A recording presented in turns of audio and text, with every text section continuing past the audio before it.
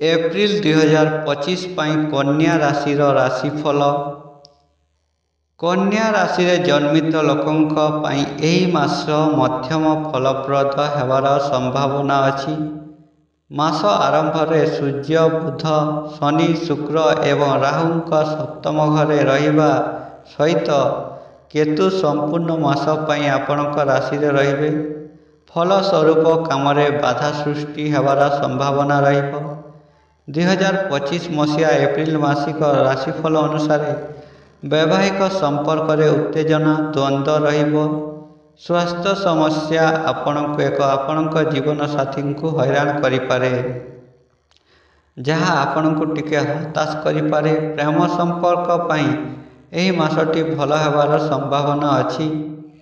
आपणक मामला को आगको बढ़ाइबारे एक वैवाहिक बंधन रे बांधी हेबारे मध्य सफल पाइबारंती। चाकरी करुथिबा लोकंक पई समय अनुकूल रहिबो, किंतु अनेक चैलेंज आपणक पई अपेक्षा करिछि। आपण से सबु सहित लढ़िबा परे ही आगको बढ़ी पारिबे।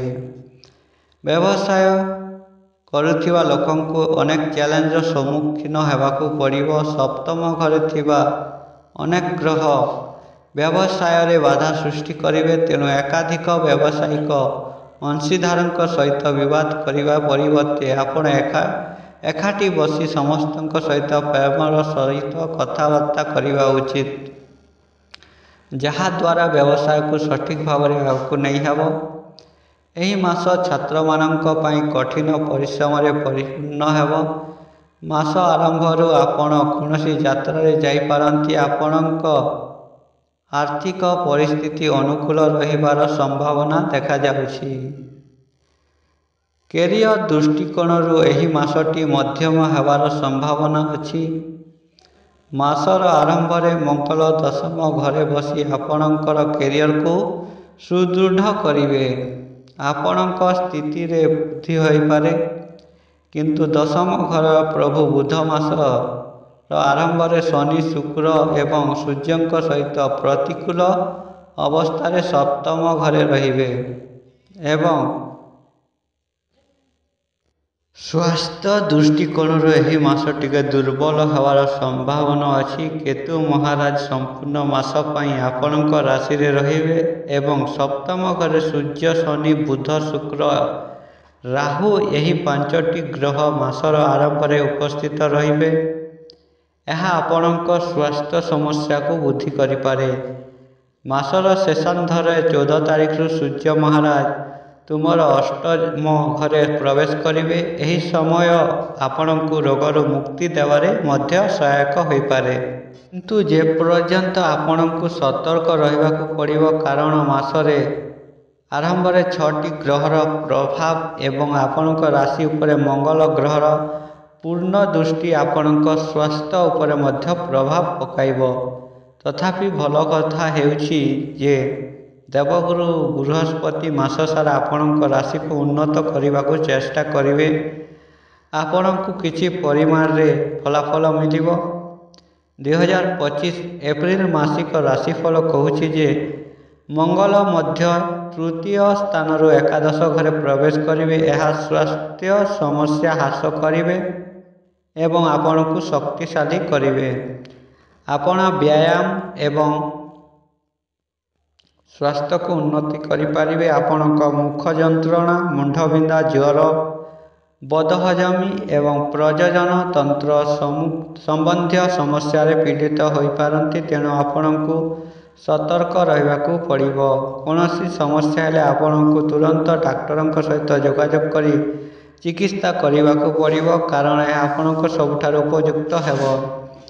प्रेम एवं विवाह, जदि आपण प्रेम संपर्क रे अछंती तेबे एही मासटी आपणक पाई मिश्रित फलाफल आनिबो। प्रथमतः पंचम घरर कर्ता शनि महाराज सप्तम घरे बसी प्रेम विवाहर प्रबल संभावना सृष्टि करिवे, तेणु आपणक विवाह निश्चित होई पारिबो एवं आपणक प्रेम विवाह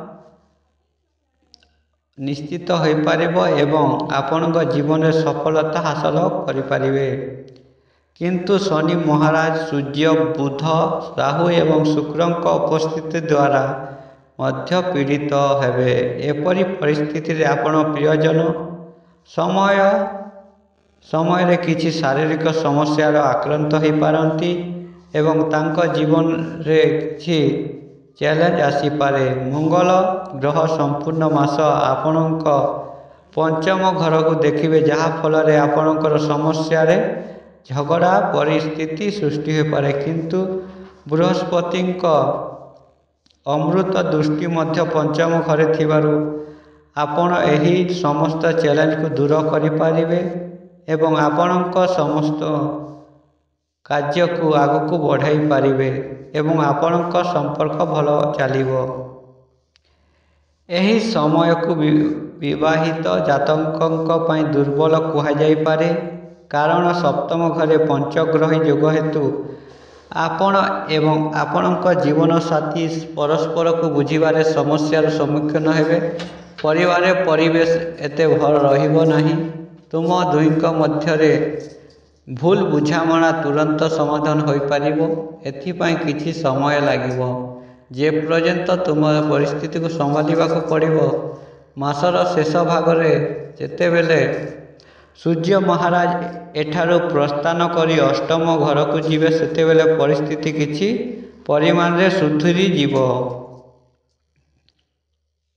ତୁମେ ପ୍ରତିଦିନ ତୁମ ରାଶିର ଭଗବାନ ବୁଧଙ୍କ ବୀଜ ମନ୍ତ୍ର ଜପ କରିବା ଉଚିତ। ବୁଧବାର ଦିନ ସବୁଜ ରଙ୍ଗର ପୋଷାକ ପିନ୍ଧିବା ନିଶ୍ଚିତ କରନ୍ତୁ, କାରଣ ଏହା ଆପଣଙ୍କୁ ବହୁତ ଲାଭ ଦେବ ଏବଂ ଆପଣ ସ୍ୱାସ୍ଥ୍ୟରେ ଉନ୍ନତି ଆଣିବ।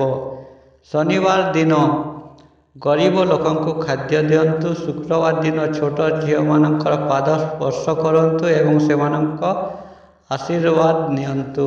ଆପଣଙ୍କ ରାଶି ଉପରେ ଗୁରୁ ମହାରାଜଙ୍କ ଦୃଷ୍ଟିକୋଣ ହେତୁ ଆପଣ ଧାର୍ମିକ ଆଚରଣ କରିବେ ଏବଂ ପରିବାରର ପରିବେଶ ମଧ୍ୟ ଧାର୍ମିକ ହେବ। ଆପଣଙ୍କ ପିତାଙ୍କ ସହ ଆପଣଙ୍କ ସମ୍ପର୍କ ହୋଇଯିବ ଏବଂ ଆପଣଙ୍କ ମାତାଙ୍କ ସ୍ୱାସ୍ଥ୍ୟ ମଧ୍ୟ ପୂର୍ବ ତୁଳନାରେ ଉନ୍ନତି ହେବ, ଯାହା ଯୋଗୁଁ ଆପଣର ଆସ୍ଥିର ନିଶ୍ୱାସ ନେବେ। ଦ୍ୱିତୀୟ ଘରର ପ୍ରଭୁ ଶୁକ୍ର ସପ୍ତମ ଘରେ ଅବସ୍ଥିତ ହେବ, ଯାହାଫଳରେ ପାରିବାରିକ ବ୍ୟବସାୟରେ ଉନ୍ନତି ହେବାର ସମ୍ଭାବନା ଆସିପାରେ। ମାସ ଆରମ୍ଭରେ ମଙ୍ଗଳ ଗ୍ରହ ସପ୍ତମ ଦୃଷ୍ଟି ସହିତ ଚତୁର୍ଥ ଘରକୁ ଦେଖିବେ, ଯାହାଫଳରେ ପରିବାରରେ ଛୋଟ ଛୋଟ ସମସ୍ୟା ଅସୁବିଧା ସୃଷ୍ଟି କରିପାରେ। କିନ୍ତୁ ତୃତୀୟ ଘର ମଙ୍ଗଳ ମଧ୍ୟ ଏକାଦଶ ଘରେ ପ୍ରବେଶ କରିବେ ଏବଂ ଏହି ସମସ୍ୟା ଗୁଡ଼ିକ ହ୍ରାସ ପାଇଯିବ।